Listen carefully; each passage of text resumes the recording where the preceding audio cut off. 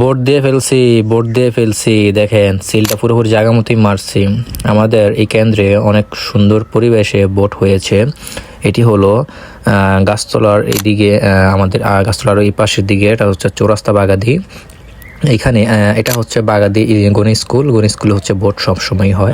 তো এখানে 7 নং এবং হচ্ছে 8 নং মিলেই হচ্ছে এখানে বোট হয়।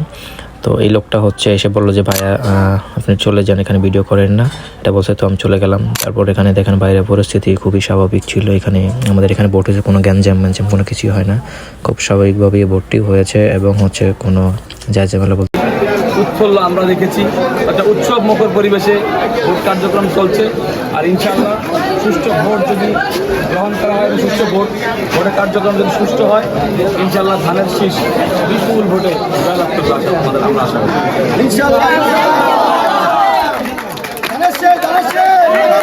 আজকে ভোট উপলক্ষে মাটা 30 টাকা করে বিক্রি করে উনি বললো, বাট আজকে ভোট অনুযায়ী হচ্ছে 20 টাকা করে বিক্রি করেছে। এটা আমার কাছে খুবই ভালো লেগেছে। এবং এখানে সেনাবাহিনী, তারপর র্যাব, তারপর হলো এখানে নৌবাহিনী আসছিল। তারপর দেখে সব স্বাভাবিক আছে। তারপর হচ্ছে ওনারা চলে গেল।